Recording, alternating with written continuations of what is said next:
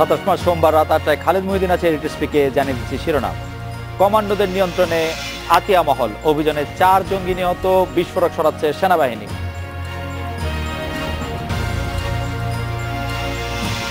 Bank খাতের দুর্নীতি রোধে দ্বিধান্বিত সরকার, একটি অংশের ইন্ধন আছে বলছে টিআইবি।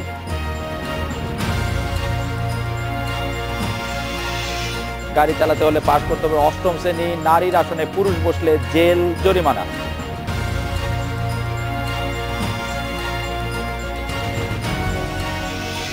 সিলেটের জঙ্গি আস্তানায় সেনাবাহিনীর অপারেশন টুয়েলাইটে 4 জঙ্গি নিহত হয়েছেন। তাদের মধ্যে 3 জন পুরুষ ও 1 জন নারী আছে বলে জানিয়েছে সেনাবাহিনী। ভবন থেকে বিস্ফোরক অপসারণে অভিযান অব্যাহত রেখেছে কমান্ডোরা।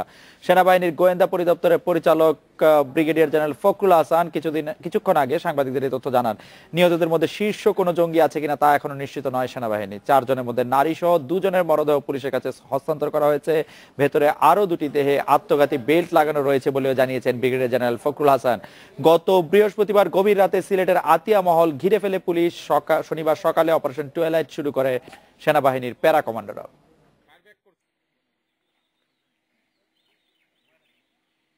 3 জন পুরুষ এবং 1 জন মহিলা। তবে আমরা 2টো ডেড বডি বের করে নিয়ে আসতে পারছি এবং এই 2টো ডেড বডি পুলিশের কাছে অলরেডি হ্যান্ডওভার করা হয়েছে। বাকি 2টো ডেড বডির মধ্যে এখনো সুইসাইডাল ভেস্ট লাগানো এবং যেই অবস্থায় আছে তাদেরকে ওখান থেকে ওই অবস্থায় বের করাটা খুব ঝুঁকিপূর্ণ। এখন এই ডেড বডিগুলো কিভাবে আমরা বের করবো সেটার জন্য আমরা পরিকল্পনা করছি। সিলেটের শিববাড়িতে জঙ্গি বিরোধী অভিযান নিয়ে কথা বলতে আমাদের সাথে আছেন বাংলাদেশ মুক্তিযোদ্ধা সংসদ কেন্দ্রীয় কমান্ড কাউন্সিলের চেয়ারম্যান মেজর জেনারেল অবসরপ্রাপ্ত হেলাল মোর্শেদ খান, আছেন মেজর জেনারেল অবসরপ্রাপ্ত বাংলাদেশ কল্যাণ পার্টির চেয়ারম্যান মেজর জেনারেল অবসরপ্রাপ্ত জেনারেল সৈয়দ মোহাম্মদ ইব্রাহিম বীর প্রতীক এবং সিলেট থেকে সহকর্মী মাহবুব আলম আছেন আমাদের সঙ্গে। জেনারেল ইব্রাহিম এবং জেনারেল হেলাল মোর্শেদের কাছে যাওয়ার আগে আমি একটু মাহবুব আলমের কাছে যেতে চাই। মাহবুব, আমরা দেখলাম যে ব্রিগেডিয়ার জেনারেল ফখরুল হাসান একটি প্রেস ব্রিফিং করেছেন, তার পরপরই প্রেস ব্রিফিং করেন পুলিশের এডিশনাল কমিশনার যে সিলেটে আছেন। আতিয়া মহলের বাসিন্দারা তাদের বাসায় আবার কখন যেতে পারবেন সেই বিষয়ে কোনো কিছু জানানো হয়েছে কিনা? জি খালেদ, আসলে যেখানে অভিযানই এখনো সমাপ্তি ঘোষণা করা হয়নি তো সেই জায়গায় এই ভবনের বাসিন্দারা কখন ফিরতে পারবেন সেই প্রশ্নটি আসলে আরো দূরের। কারণ হলো এই অভিযান সম্পন্ন করার পর ভবনে যে ধরনের ডিজাস্টার ঘটেছে তো সেখানে আসলে এখন থাকার মতো পরিবেশ নেই বলে আমরা আসলে থাকার জন্য আসলে অনেক দিনই দেরি হবে, কিন্তু তাদের প্রয়োজনীয় কিছু জিনিসপত্র তারা বার করে নিয়ে আসতে পারবেন কিনা, কিছু সময়ের জন্য সেটি খুলে দেওয়া হবে কিনা সেই ব্যাপারে আমি আসলে জানতে চাইছিলাম। যাই হোক, আপনার বক্তব্য এটি পরিষ্কার, অভিযান যেহেতু এখনো চলছে। যে কথাটি ফখরুল হাসান বলছিলেন ওখানে অন্তত 2 জনের গায়ে সুইসাইডাল ভেস্টের কথা তিনি এখনো বলছেন, তাদের কিভাবে সরিয়ে আসা হবে সেটি পরে নির্ধারণ করা হবে। সেনাবাহিনী কি চাইছে আসলে, তাদের মরদেহ অক্ষত রেখেই সেখান থেকে তাদেরকে বার করার কথা ভাবছে নাকি কিভাবে বার করবে আসলে? এটি আসলে খালেদ, আপনি জানেন যে সেনাবাহিনীরও বোম ডিসপোজাল টিম রয়েছে এবং সেখানে বিস্ফোরক বিশেষজ্ঞ রয়েছে। তাদের সমন্বয়ে একটি পরিকল্পনা করা হবে এবং সেই পরিকল্পনা করার পরই কিন্তু এই ডেড বডি দুটি সরানোর কাজ চলবে। তবে উনি গতকালকেও যেটি বলেছিলেন যে 1 জন প্যারা কমান্ডোদের গুলিতে আহত হয়ে পড়ে যাওয়ার পরও তার যে সুইসাইডাল ভেস্ট বাধা ছিল সেটি কিন্তু বিস্ফোরণ ঘটিয়েছিল। আর আজকে যে 2 জনের মরদেহ এখানে পড়ে আছে এবং সুইসাইডাল ভেস্ট লাগানো আছে সেই দুটি তারা বিস্ফোরণ ঘটানোর মতো সময় পায়নি বলে এখানে আমাদের ব্রিফিং এ জানানো হয়েছে। তবে সেই সুইসাইডাল ভেস্ট, জি আপনি শেষ করেন, সুইসাইডাল ভেস্টের কথা বলছিলেন আপনি।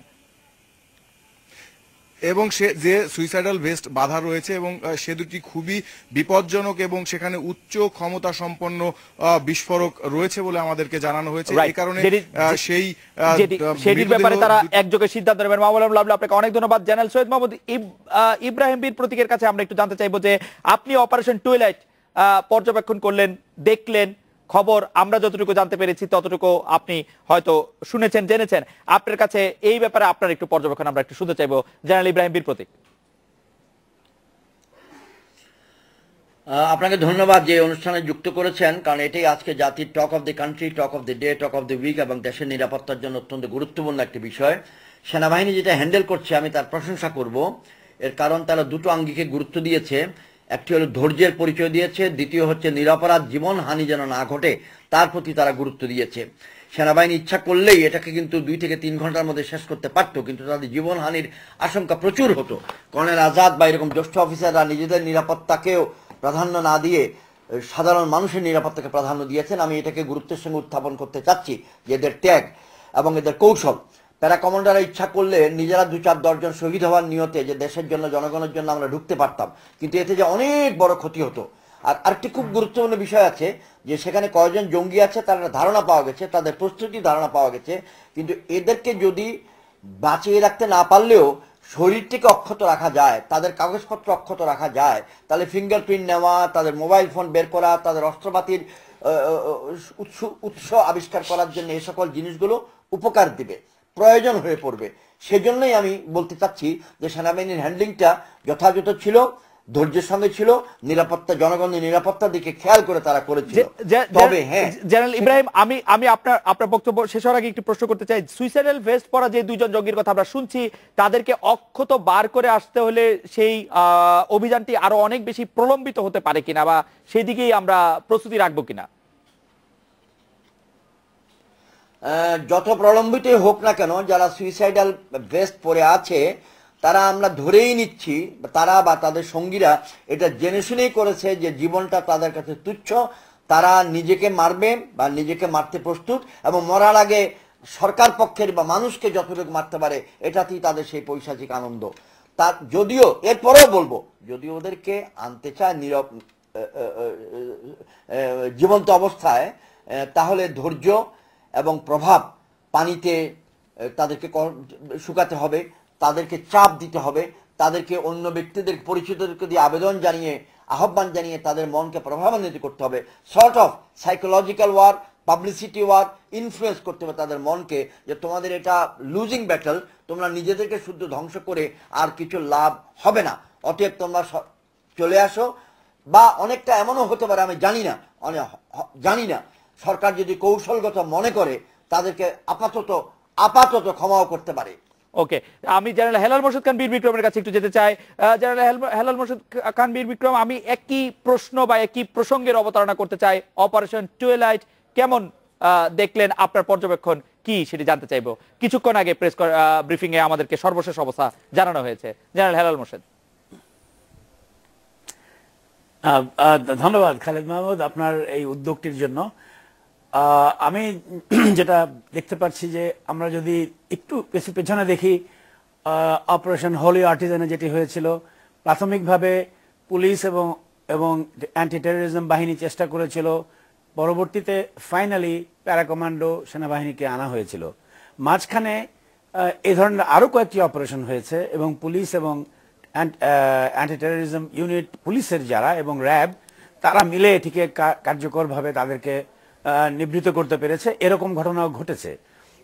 কিন্তু আমি সেই আর্টিজানের পরেও একটি ইন্টারভিউতে বলেছিলাম আপনাদের সঙ্গে বা অন্য কারোর সঙ্গে, যে আমরা যেভাবেই চিন্তা করি না কেন এটি কিছুটা চলমান থাকবেই। সেই বিশ্ব টেরোরিজমের সঙ্গে আঞ্চলিক টেরোরিজম, সেই সঙ্গে আমাদের দেশের হোমগ্রাউন্ড টেরোরিজম, এগুলো থাকবে। সেই থাকার কিছুটা ইমপ্রুভও হতে পারে বা আরো কঠিন হতে পারে। তারই একটা উদাহরণ দেখা গেল এই অপারেশন টুয়েলাইটের মাধ্যমে। পুলিশ, র্যাব এবং অ্যান্টি টেরোরিজম গ্রুপ বা সোয়াট যাই বলেন না কেন, তারা চেষ্টা করেছে প্রাথমিকভাবে এবং তারা কার্যক্রম করার চেষ্টা করলেও শেষ পর্যন্ত দেখা গেল যখন এই জঙ্গিরা নিজেরা যখন তাদের আত্মহত্যা করার সেই প্রেরণা নিয়ে তারা যখন যুদ্ধে লিপ্ত হলো, সরাসরি তাদের সঙ্গে যুদ্ধে লিপ্ত হয়ে, খণ্ডযুদ্ধে লিপ্ত হয়ে তাদেরকে এলাকাটিকে দখল করতে দিল না, তখন প্যারা কমান্ডোদের ছাড়া আর কোনো উপায় ছিল না। তো আমি ধন্যবাদ দেব এই প্যারা কমান্ডোদেরকে, সেনাবাহিনীদেরকে এবং সেনাবাহিনীর প্রশিক্ষণকে, যে তারা এটি করেছে। আমি ইব্রাহিম সাহেবের সঙ্গে একমত। একটি সৈনিকের বা একটি কমান্ডারের, একজন নেতার প্রথম কাজটি হলো কত কম মৃত্যুতে, কত কম ক্ষয়ক্ষতিতে কত বড় এবং কত বেশি সাফল্য আনা যায়, তার একটি উদাহরণ আসলেই দিয়েছে আমাদের প্যারা কমান্ডো বাহিনী। এবং তারা এটি চলমান রেখেছে। জেনারেল হেলাল এটি মোর্শেদ খান, তাদের- বীর বিক্রম, আপনাকে অনেক ধন্যবাদ। আমি আবার জেনারেল ইব্রাহিম বীর প্রতীকের কাছে আসতে চাই। জেনারেল ইব্রাহিম বীর প্রতীক, আপনি এই যে সেনা অভিযানটি টুইলাইট, অপারেশন টুইলাইট, এমন কোনো কিছু কি আছে আপনি এর অপারেশন কমান্ডিং এ থাকলে এর একটু ব্যতিক্রম করতেন বা একটু অন্যরকম ভাবে করতে চাইতেন, এমন কোনো কিছু রয়েছে কিনা জেনারেল ইব্রাহিম? খালেদ মহিউদ্দিন, আপনাকে আপনি যত কঠিন প্রশ্ন করেন না কেন তার উত্তর ইনশাল্লাহ দিতে চেষ্টা করব। তবে আপনার এই প্রশ্নটি স্পর্শকাতর। এর কারণ হলো তার ওখানে যারা দায়িত্বে নিয়োজিত তাদের মধ্যে অনেকেই আছেন যারা এককালে এখন থেকে 20-22 বছর আগে আমার ছাত্র ছিল ভাটিয়ারিতে। আমি তাদের মঙ্গল কামনা করি, তাদের প্রতি সম্মান জানাই। তারপরে বলতে চাই, গত কিস্তিতে বলতে গিয়ে যেটা অর্ধেক বলে ফেলছিলাম, একটি প্রশ্ন টেলিভিশনের স্ক্রিনে দেখে বা কথাবার্তা শুনে যেটা মনে হচ্ছে, এক, সৈন্যাধিক্য অর্থাৎ আইন শৃঙ্খলা রক্ষাকারী বাহিনীর সৈন্যাধিক্য আধিক্য হয়েছে কিনা, এটা একটি প্রশ্ন। আর দ্বিতীয় হচ্ছে যে এক্সপ্লোশনটি হয়েছে, অর্থাৎ উগ্রবাদীদের বা জঙ্গিদের শুধু বিল্ডিংটিকে কেন্দ্র করে পরিকল্পনা হয়েছিল, নাকি এই বিল্ডিং এর চতুর্পাশে আর কোথায় কোথায় তারা ধ্বংসাত্মক বস্তু রেখেছে, ফান্দের মতো, ট্র্যাপের মতো, এটা নিয়ে সচেতন ছিল কিনা। এটা অথবা এমনও হতে পারে সেনাবাহিনী সচেতন থাকলেও অন্যান্য সঙ্গী সাথীরা সচেতন ছিলেন কিনা, কারণ এই ধরনের ঘটনা অন্য জায়গায় কোনো সময় হয় নাই। অর্থাৎ সিলেটের আতিয়াবাড়ির ঘটনাটি অভূতপূর্ব। এ পর্যন্ত আমি মনে করি হোলি আর্টিজানের থেকেও বেশি কঠিন এবং বেশি তাৎপর্যপূর্ণ। যদিও হোলি আর্টিজান 24 ঘন্টার মধ্যে রেজাল্ট পাওয়া গেছে, এটাতে সময় লাগছে, এ থেকে আমি বলছি।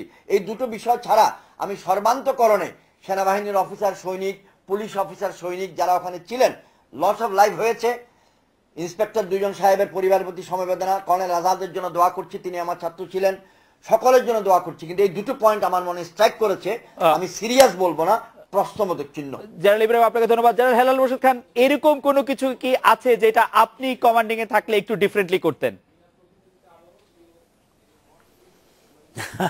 বিষয়টা এরকমই যে ইব্রাহিম সাহেব যেভাবে বললেন ওনার ছাত্র ছিলেন, এরাও প্রায় এরকমই অবস্থায় সকলেই। আমি একটা কথা বলতে পারি যে একজন কমান্ডারের প্রথম চেষ্টা হবে সবচেয়ে কম ক্ষতি করে সবচেয়ে বেশি সাফল্য আনা। দ্বিতীয়টি হলো, আমি থাকলে, আমি জানি না ওনাদের কি অবস্থা, প্রথম চেষ্টা করা হতো 2-1 জঙ্গিকে যদি না মেরে, হত্যা না করে, বা তাদেরকে যদি ধরা যেত, যেটি করলে আমাদের ইন্টেলিজেন্স গ্যাদারিং এবং আমাদের ভবিষ্যৎ পরিকল্পনাকে অনেকটা এগিয়ে নিত। সেটি আমি নিশ্চিত আমরা যারা কাজ করেছেন তারা চেষ্টা করেছেন, হয়তো পারেননি, সেই জন্যই তাদেরকে মৃত্যুবরণ করতে হয়েছে সেই জঙ্গিদেরকে। কিন্তু যদি জীবন্ত 2-1 জনকেও ধরা যেত বা আহত অবস্থাও, তবে আমাদের আইনশৃঙ্খলা বাহিনী জানিয়েছেন যে তারা অনেকটাই চেষ্টা করেছেন জীবিত ধরার জন্য। জেনারেল হেলাল মোর্শেদ এবং জেনারেল ইব্রাহিম, আপনারা আমাদের সঙ্গেই থাকবেন, আমরা একটা বিরতি নিচ্ছি, ফিরছি একটু পরে।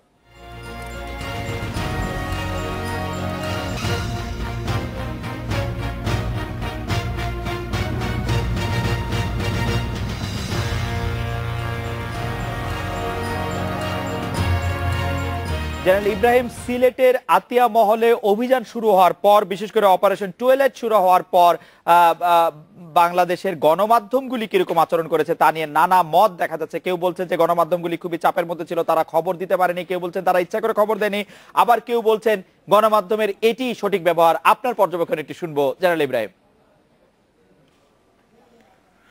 আমি আমার মন্তব্য দেওয়ার আগে গতবার বলতে ভুলে গেছি, বলেই ফেলি আগে, যে দেশবাসীর নিকট আমি আসলে প্রার্থনা করছি, অনুরোধ করছি, আহ্বান জানাচ্ছি, যারা আহত, বিশেষ করে লেফটেন্যান্ট কর্নেল আবুল কালাম আজাদের জন্য আপনার প্রার্থনা করবেন। তিনি সিঙ্গাপুরে কিন্তু সংকটাপন্ন অবস্থায় আছেন। তো আমি এখন আপনার প্রশ্নের উত্তরে আসি। সেই উত্তরটা হলো এরকম যে গণমাধ্যমের how dare cover a particular event, এই ধরনের একটা অপারেশনাল সিচুয়েশন, এটার অভিজ্ঞতা আমাদের বেশি নাই। ছোট ছোট অভিজ্ঞতার মাধ্যমে আমাদের সাংবাদিক ভাইরা আল্লাহর রহমতে পরিপক্ক হচ্ছেন। একটু চাপের মধ্যে থাকেন, এটা যেমন সত্য, কারণ সাংবাদিকগণকে যদি সব কথা বলা হয়, তারা যদি লাইভ টেলিভিশনে বলতে থাকেন, নিউজে বলতে থাকেন, তাহলে এটা সিকিউরিটি বা সিক্রেসি ঘটনাস্থলে কম্প্রোমাইজ হয়ে যায়। এটা ভারতেও দেখা গেছে, পাকিস্তানেও দেখা গেছে, পৃথিবীব্যাপী দেখা গেছে। আর দ্বিতীয়, আমরাও অনুভব করছিলাম যে সংবাদের সরবরাহ একটু অপ্রতুল, অর্থাৎ কিনা আমি 4-5টা এই SMS নিউজ সার্ভিসের থেকে পেতে থেকে, প্রথম আলো, এই ওই, কিন্তু এবার দেখলাম যে 4 ঘন্টা 7 ঘন্টা পর পর একটা ছোট ছোট নিউজ আসছে। তো আমি কামনা করব যে দেশবাসী উদ্বেগে থাকে, উদ্বেগ কমানো যেমন প্রয়োজন, অকুস্থলে ঘটনাস্থলে যেন কোনো কম্প্রোমাইজ না হয় নিউ সিকিউরিটির, এটার দিকেও খেয়াল রাখতে হয়। সরকারের উচিত এটা অন দ্য স্পট যিনি কমান্ডার উনাদের উপরে ছেড়ে দেওয়া, বাইরের থেকে যেন কেউ চাপাচাপি বা প্রভাবান্বিত না করে। থ্যাংক ইউ খালেদ ভাই। জেনারেল হেলাল মোরশেদ খান, আপনার কাছে একটু জানতে চাইবো যে আপনি গণমাধ্যমকে এই অপারেশনের কালে আপনার পর্যবেক্ষণ একটু যদি বলেন। এটা সত্য কথা যে হোলি আর্টিজানে যেভাবে ক্যামেরা সেটিং করে বলতে গেলে যে অ্যাকশনগুলো হচ্ছিল সেগুলো কাচের দেওয়ালে, কাচের ইয়ের মাধ্যমে দেখাও যাচ্ছিল। যেহেতু এটা শহর ছিল এবং অন্যান্য বিল্ডিং উঁচু ছিল, সেই বিল্ডিং থেকে সরাসরি জিনিসগুলোকে দেখানো যাচ্ছিল বেশ দূর থেকে, সিকিউর ডিস্টেন্সে থেকেই। এটি এখানে সম্ভব হয়নি, কারণ আশেপাশে সেরকম ধরনের বড় বিল্ডিং ছিল না, যে কারণে আমাদের সাংবাদিক ভাইদেরকে কিছুটা রেস্ট্রিক্টেড ফর্মে করতে হয়েছে। তারা সরাসরি কিছু দেখাতে পারেনি, আর দূরত্ব থেকে করতে হয়েছে।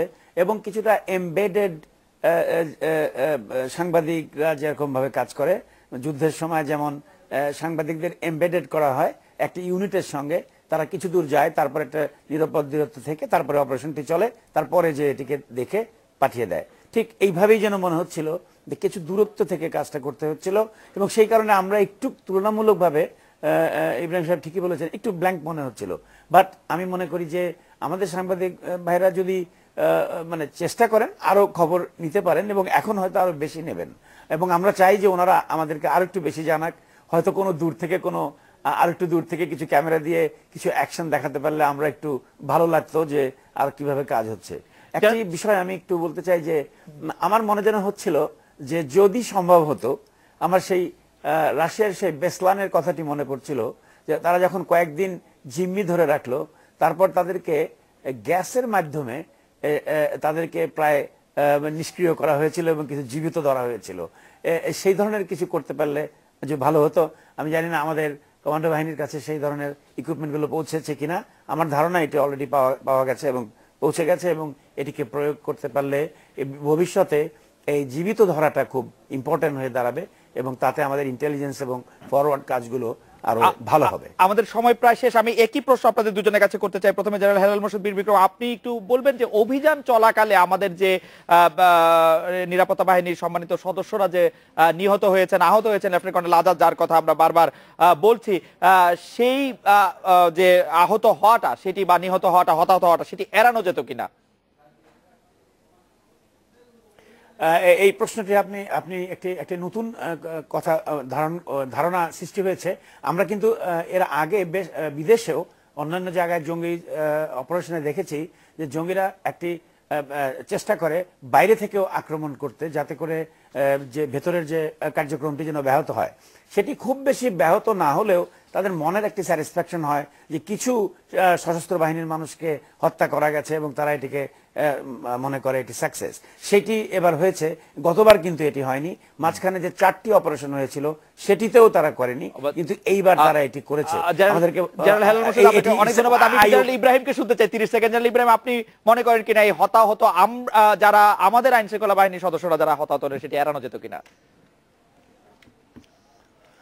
আইন শৃঙ্খলা রক্ষাকারী বাহিনীর সদস্যগণ এই ধরনের অপারেশনে যখন যান, তারাও বিসমিল্লাহির রহমানির রহিম বলে জানটাকে হাতে নিয়ে যান, আল্লাহর কাছে সঁপে দিয়ে যান যে দেশ এবং জনগণের জন্য আমি প্রাণটা দিতে প্রস্তুত, এবং তারপরেও চেষ্টা করতে হতাহত এড়ানোর জন্য। এবং এখানে সিলেটে আতিয়া মহল অপারেশন টুয়েলাইটে 2 প্রকারের হতাহত হয়েছে। এক প্রকারের হতাহত হচ্ছে আতিয়া মহলের ইমিডিয়েট সান্নিধ্যে জঙ্গিগণের প্রত্যক্ষ গ্রেনেড বা গুলি বা ইত্যাদি ছড়ার মধ্যে বিস্ফোরণের কারণে। আরেকটা হয়েছে আতিয়া মহল থেকে অনেক দূরে, যেখানে বিস্ফোরণটি ঘটেছে সেখানে মনে হয় একটুখানি সংযম এর অভাব ছিল, বা সংযমটা দেখাতে দেরি হয়েছে। তো এই ধরনের এড়ানো যেত কিনা এটা খুবই কঠিন।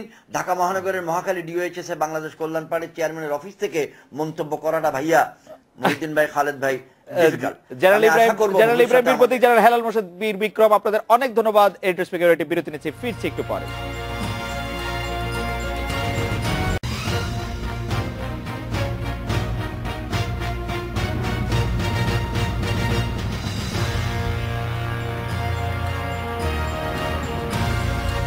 ব্যাংকিং খাতে দুর্নীতি নির্মূলে সরকার দ্বিধান্বিত বলে মনে করে ট্রান্সপারেন্সি ইন্টারন্যাশনাল বাংলাদেশ টিআইবি। সংস্থাটি বলছে সরকার দুর্নীতি রোধে কাজ করলেও এর একটি অংশ দুর্নীতিবাজদের রক্ষা করছে। এই নিয়ে কথা বলতে আমাদের সাথে থাকবেন অর্থনীতিবিদ অধ্যাপক ডক্টর মাইনুল ইসলাম এবং রাজশাহী বিশ্ববিদ্যালয়ের ব্যবসায় প্রশাসন বিভাগের অধ্যাপক ডক্টর হাসানাত আলী। 1 মিনিটের বিরতি পর ফিরছি আলোচনায়।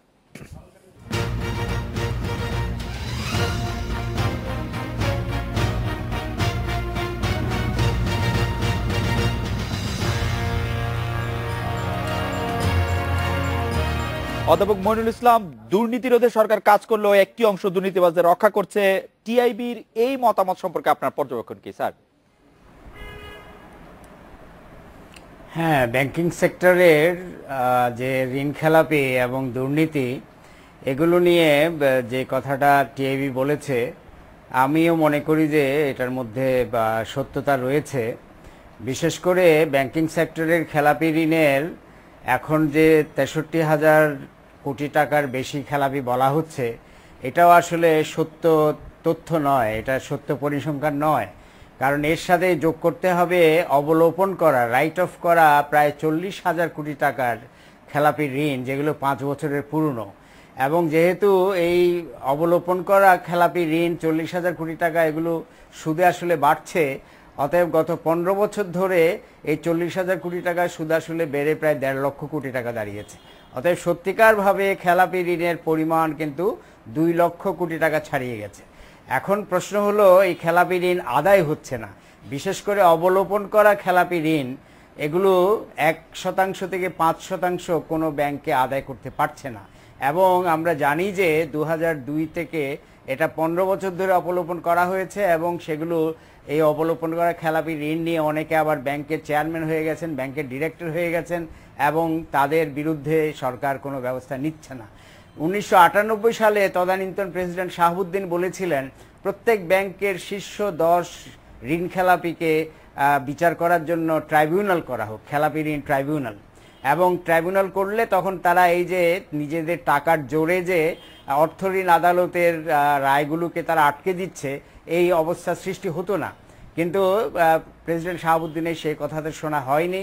তারপর থেকে আমরা বারবার বলে চলেছি যে সত্যিকারভাবে এই টাকাগুলো, এগুলো খেলাপি হওয়ার একটা প্রধান কারণ যে এগুলো অন্য জায়গায় ডাইভার্ট হয়ে গেছে, এবং তার একটা বিশাল অংশ দেশ থেকে পুঁজি পাচার হয়ে এগুলো হয়তো বিদেশে চলে গেছে, এবং সেখানে মালয়েশিয়ার সেকেন্ড হোম প্রোগ্রাম বা টরন্টোর বেগমপাড়া বা যুক্তরাষ্ট্রে বা অস্ট্রেলিয়ায় বা মধ্যপ্রাচ্যে বা আফ্রিকায়, এগুলো নানা জায়গায় সেগুলো বিনিয়োজিত হচ্ছে, কিন্তু বাংলাদেশের ব্যাংকের ঋণ আর ফেরত আসছে না।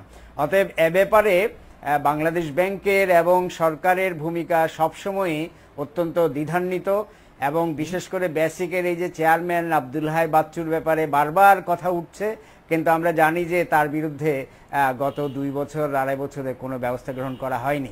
একই অবস্থা হলমার্কের ব্যাপারে, বিসমিল্লাহ গ্রুপের ব্যাপারে, এবং অন্যান্য যে দুর্নীতির বড় বড় কেসগুলো উদ্ঘাটিত হয়েছে, বিভিন্ন হাই হাই কোম্পানির যে কেসগুলো উদ্ঘাটিত হয়েছে, কোনোটার ব্যাপারে সরকার আসলে এই পর্যন্ত কোনো কার্যকর ব্যবস্থা গ্রহণ করেনি। আমার সেজন্য অধ্যাপক মাইনুল ইসলাম, আপনাকে ধন্যবাদ। আমি আবার একটু অধ্যাপক হাসানাত আলীর কাছে যেতে চাই। যে অধ্যাপক হাসানাত আলী স্যার বলছিলেন যে টিআইবির এই মতামতটার সঙ্গে তিনি কিছুটা একমত পোষণ করে তিনি আরো বললেন যে 2 লাখ কোটি টাকার মতো আসলে খেলাপি ঋণের পরিমাণ আসলে ধরতে হবে, এবং সরকার যেগুলির মধ্যে আসলে একরকম সহায়তাই করছে। অধ্যাপক হাসানাত আলী, আপনার মতামত একটু শুনতে চাইব স্যার। ধন্যবাদ খালেদ। স্যার যথার্থই বলেছেন, এবং টিআইবির যে গবেষণামূলক যে মতামত, এটিকে উপেক্ষা করার কোনো যুক্তি আমার কাছে নেই। কারণ এটি সত্য ঘটনা যে খেলাপি ঋণ শুধুই নয়, আজকে যে স্যার যেটা বললেন যে হলমার্ক গ্রুপ বলেন, বিসমিল্লাহ গ্রুপ বলেন, বেসিক ব্যাংক বলেন, সোনালী ব্যাংকের যে দুর্নীতিগুলো বলেন, এবং অতি সম্প্রতি গত 1 সপ্তাহ আগে আমরা পত্রিকা মারফত জানলাম যে একটি বেসরকারি ব্যাংক, যার চেয়ারম্যানও সরকারি দলের একজন অন্যতম নেতা, তিনি একজন বিশ্ববিদ্যালয়ের ছাত্রীকে 200 কোটি টাকা লোন দিয়েছেন। এটি কিভাবে চিন্তা করা যায়? একটি অর্থ তসরুফের যে মহা উৎসব চলছে বাংলাদেশে এই মুহূর্তে, সেক্ষেত্রে সরকারের সদিচ্ছা যে অভাব রয়েছে সেটি সবচেয়ে বড় একটি উদাহরণ। যখন বাংলাদেশ ব্যাংক থেকে রিজার্ভ চুরি হয়ে গেল তখন সেই রিজার্ভ চুরি ঘটনা উদ্ঘাটনের জন্য সাবেক গভর্নর ফরাসউদ্দিন সাহেবকে নেতৃত্বে একটি তদন্ত কমিটি করা হলো। সেই তদন্ত কমিটি কিন্তু সঠিক সময়ের মধ্যেই তদন্ত রিপোর্ট জমা দিল, কিন্তু দুর্ভাগ্যজনক হলেও সত্য যে সরকারের মন্ত্রী মহোদয় এবং সরকারের কর্তা ব্যক্তিরা আজ পর্যন্ত কিন্তু সেই তদন্ত রিপোর্টটাকে আলোর মুখে নিয়ে আসার কোনো ব্যবস্থা গ্রহণ করেনি। এ থেকেই আজকে টিআইবি যে রিপোর্টটি দিচ্ছে যে সরকার অনীহা প্রকাশ করছে এই আর্থিক যে কেলেঙ্কারি, আর্থিক যে তসরুপের যে মহোৎসব এই মুহূর্তে বাংলাদেশে বিদ্যমান ব্যাংকিং ক্ষেত্রে, সেটি মূলোৎপাটন করার জন্য বা সেটিকে রোধ করার জন্য যে কার্যকরী উদ্যোগ গ্রহণের যে অভাব রয়েছে, আমি মনে করি টিআইবির এই রিপোর্ট একটি যথার্থ রিপোর্ট। কারণ সরকারের সদিচ্ছা থাকলে আজকে কিন্তু এই বড় ধরনের চুরি বা অর্থ তসরুপের ঘটনাগুলো কিন্তু কোনোভাবেই ঘটা সম্ভব হাসান আলী, আপনাকে ধন্যবাদ। আমি অধ্যাপক মাইনুল ইসলাম আপনার কাছ থেকে খুব দ্রুত একটু সংক্ষেপে জানতে চাইবো যে সরকারের এই মুহূর্তে যদি এই দুর্নীতি রোধ করার জন্য আসলে কি করা উচিত, দুই একটি বিষয় যদি বলেন প্রায়োরিটি। আমি কিন্তু ইতিমধ্যেই বলেছি যে অতি শীঘ্র প্রত্যেক ব্যাংকের শীর্ষ 10 ঋণ খেলাপি যারা আছে তাদের বিচারের ভার একটা ট্রাইব্যুনাল, ঋণ খেলাপি ট্রাইব্যুনাল করে তাদের হাতে দেওয়া হোক এবং তাদেরকে গ্রেফতার করা হোক। এটা আমরা দেখেছি যে পাকিস্তানে পারভেজ মুশারফ ক্ষমতায় আসার পরে ঋণ খেলাপিদেরকে যখন গ্রেফতার করতে শুরু করেছে তখন কিন্তু পাকিস্তানের এই খেলাপি ঋণ আবার ফেরত আসা শুরু হয়ে গেছে। ঠিক একই অবস্থায় মালয়েশিয়ার মাহাতির মোহাম্মদের সময় আমরা জানি যে তারা আইন সংস্কার এমন ভাবে করেছিল যে সেখানে গাড়ির একটা কোলেটারাল সিকিউরিটি রেখেছিল, গাড়ির মালিককে গাড়ি থেকে নামিয়ে দিয়ে সে গাড়িটা জব্দ করা হয়েছিল। অতএব এখানে খেয়াল রাখতে হবে যে অর্থ ঋণ আদালত কাজ করছে না, অর্থনীতি আদালতের সব রায়গুলো উচ্চতর আদালতে আটকে আছে। হাসান আলী, আপনাদের অনেক ধন্যবাদ আপনাদের মূল্যবান মতামতের জন্য। এডিটর স্পিকে একটি বিরতি দিচ্ছি, ফিরছি একটু পরে।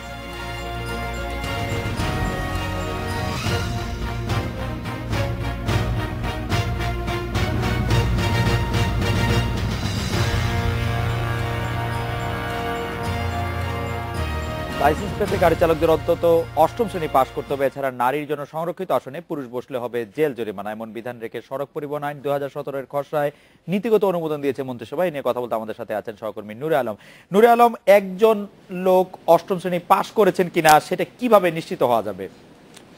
এখন যেহেতু জেএসসি পরীক্ষা চালু রয়েছে সেক্ষেত্রে বোধহয় এটি নির্ধারণ করা হবে জেএসসি পরীক্ষার সার্টিফিকেট দিয়েই নির্ধারণ করা হতে পারে। জেএসসি পরীক্ষা তো আমরা যদি ধরেও নেই যে 10 বছর যারা পড়াশোনা করছেন তাদের জেএসসি পরীক্ষা আছে, তাদের আগে যারা ড্রাইভার আছেন তাদের কেউ তো আসলে জেএসসি সময়টা আসেননি, তাদের ক্ষেত্রে কি হবে?